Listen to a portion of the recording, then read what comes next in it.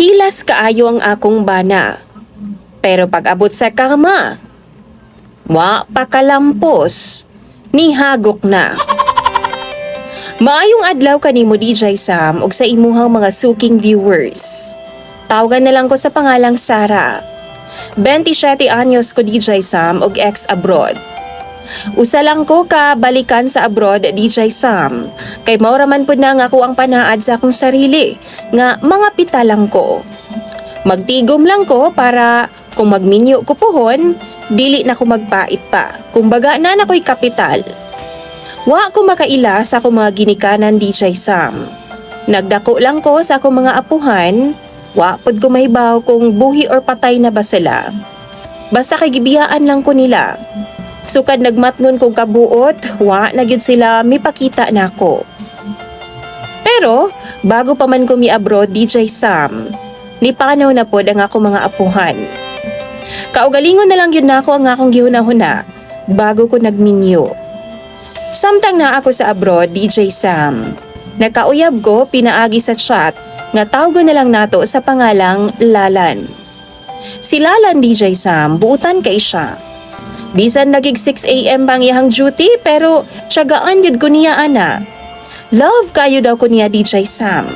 Magbuntag na lang yun mi og video call.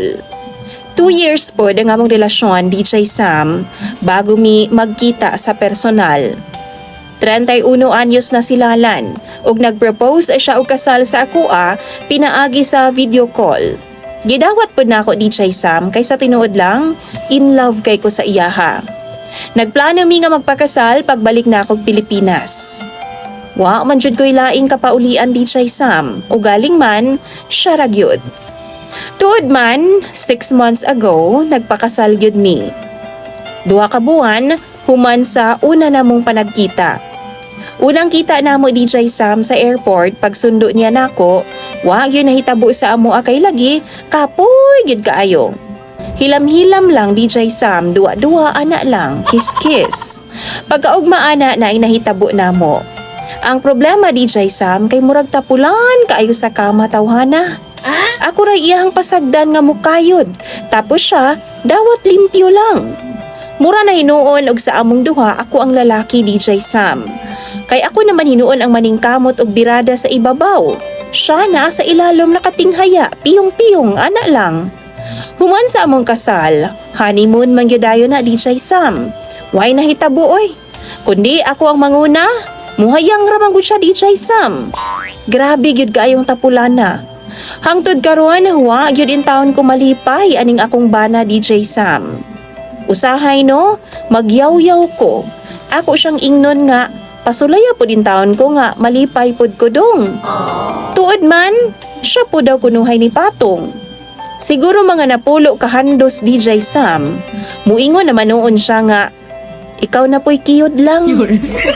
Di, jud mahuman DJ Sam, kung di kumangunay.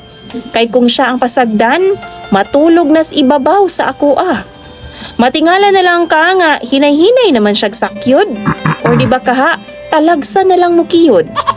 Kay nagduka na di ay ang amaw DJ Sam. Hangtod mahunong na kay naghagok naman.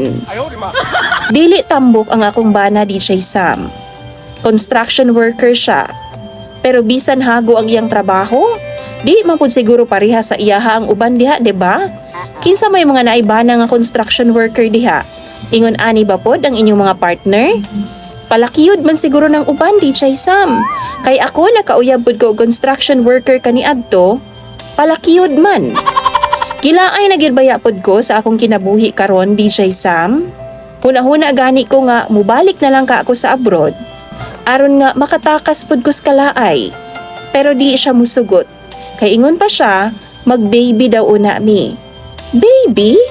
Unsaon man namo pag-baby DJ Sam nga pas ka man yang tapulana sa kama? Intaon bi, kamo daw. Kung kamo ang naasa kong kahintang, udungan ba ninyo ang inyong bana? Palihog tambagi daw ko ninyo sa comment section. Imong follower DJ Sam, Sara.